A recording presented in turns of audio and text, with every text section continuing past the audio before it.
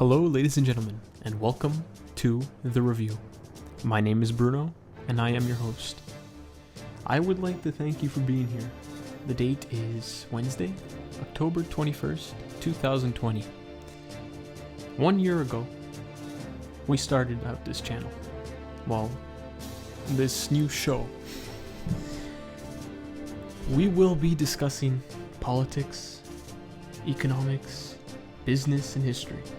Now, I am no expert, however, I am quite interested in that sort of field of study, and I want to bring the facts to you.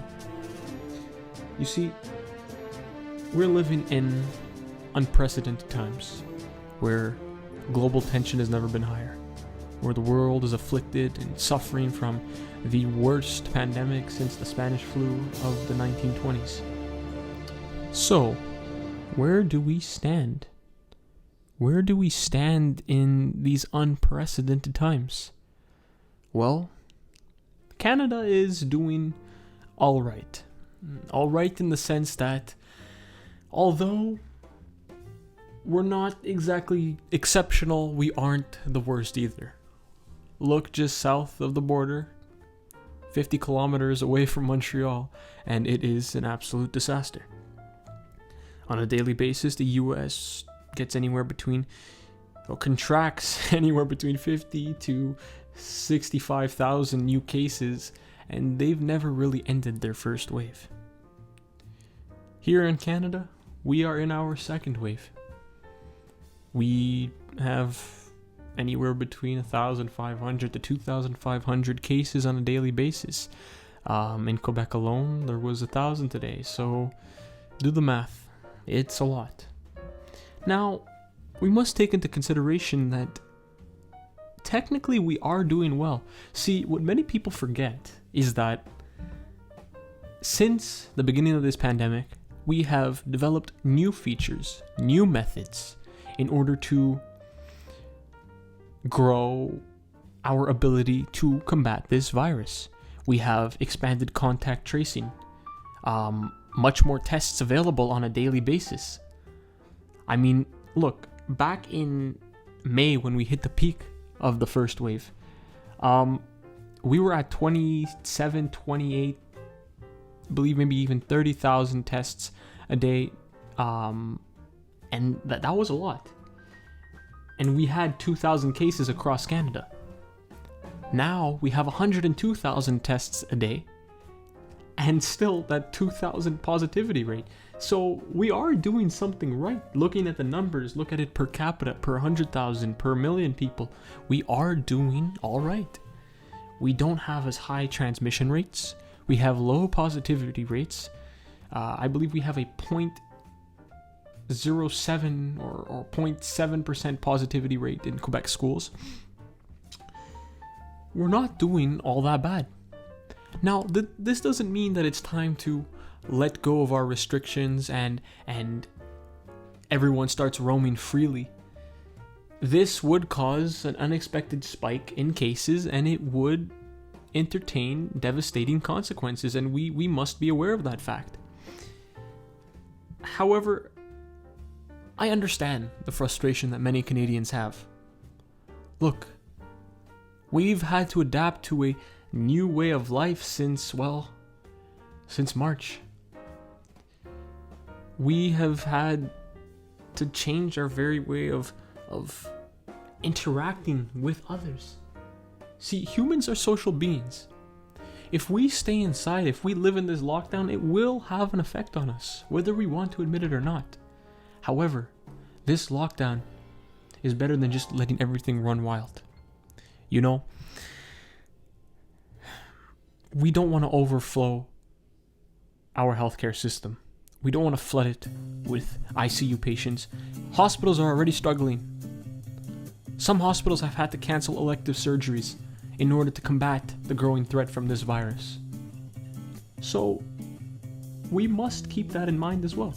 That the reason behind this lockdown is in order to stop the spread, or at least attempt to flatten the curve, and to make sure that the healthcare system is able to control an influx of patients, because whether we want to admit it or not, Some people will need hospitalization due to coronavirus. Some people will die, although the mortality rate is quite low at around 1.4%. Nevertheless, we must take this virus seriously. Masks are not comfortable. Sanitizer on our hands drying out your skin is not comfortable, but it keeps everyone safe.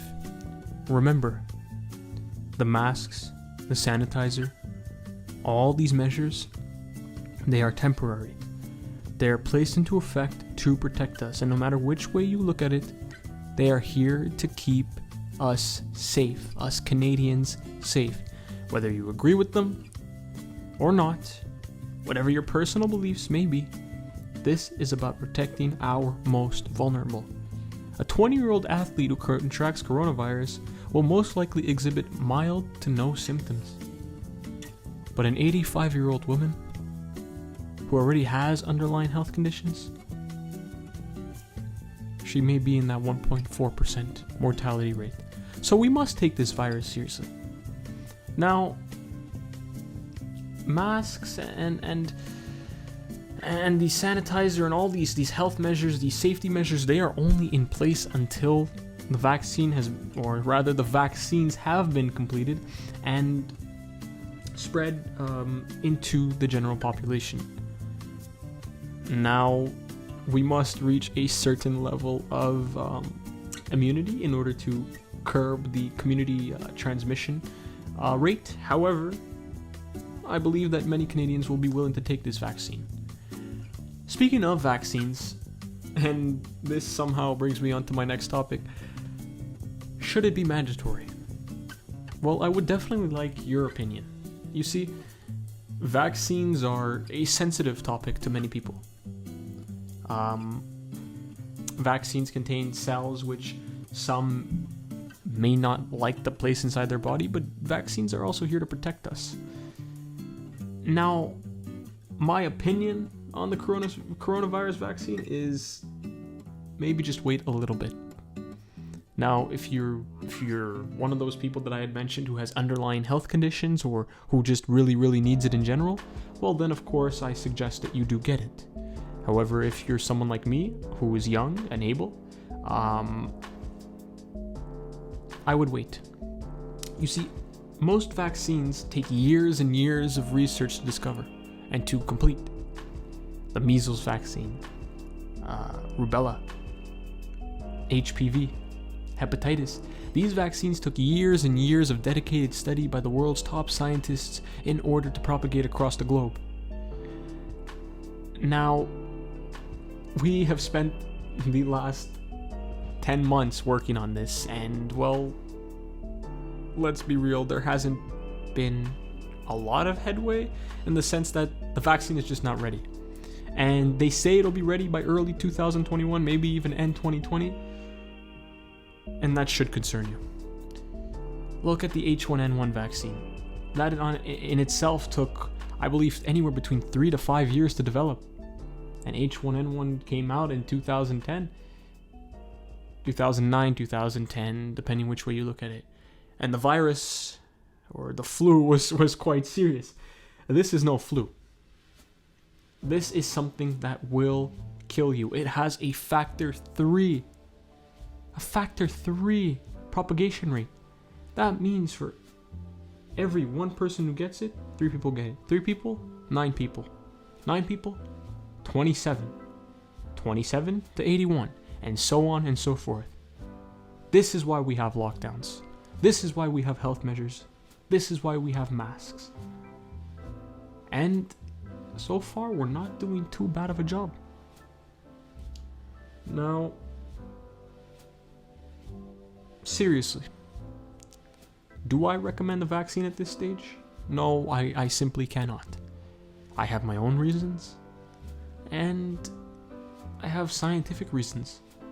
I cannot trust a vaccine that was developed in 12 months to 18 months, which is what I think it would take, but, well, some health experts are saying by December it should be ready.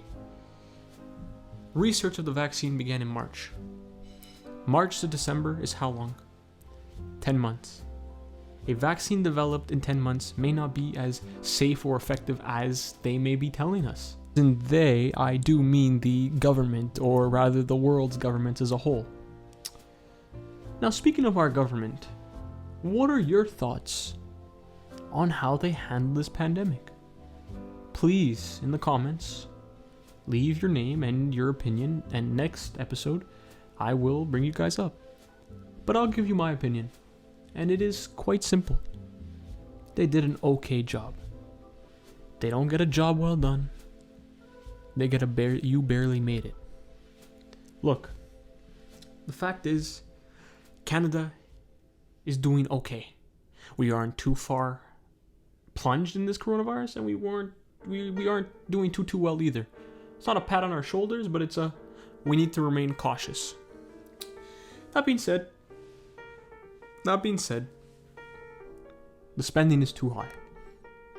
We are absolutely spending way too much money. I understand. Businesses needed help. It does not excuse the fact that we are in debt. Our country is in debt. We have, I believe, anywhere between a 34 last I checked to maybe I think we're at 49 debt to GDP ratio. We need to get this under control. We are spending too much money. I understand we need to protect businesses. We need to protect Canadians, and I am completely for that. I am pro-Canada. I am pro-Canada in any way. Canada is an amazing country, and we need to be able to protect our businesses, our industry, our economy in times like these. However, when we are on our way to 100% debt to GDP ratio, there's something we're not doing right. We need to fix this now. In regards to health, contact tracing, testing, we are doing very well. Look, from the time this pandemic started to now, we went from 15,000 tests on a daily basis to 100,000, which is exceptional. It is quite exceptional. As a nation of almost 40 million people, it is amazing. Regarding the government and the spending, that will be a topic for the next episode. And we will go more into detail regarding vaccines as well. So I'd like to leave this first episode off on a good note. First, I hope you tell your friends and family about this podcast. I believe many of the viewers will be people I personally know. And we are bound to have some difficulties. This is the first of hopefully many, and along the way I hope to meet new people and build new relationships. Now remember, a lot of this is also my opinion. However, I will try to remain as unbiased as possible, as true as possible. Some things will require an opinion and some topics will not.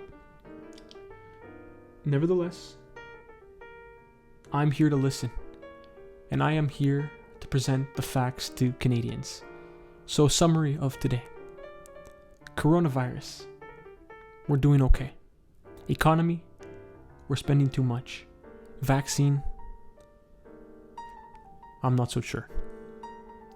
Thank you all for listening, and I will see you next episode. Thank you.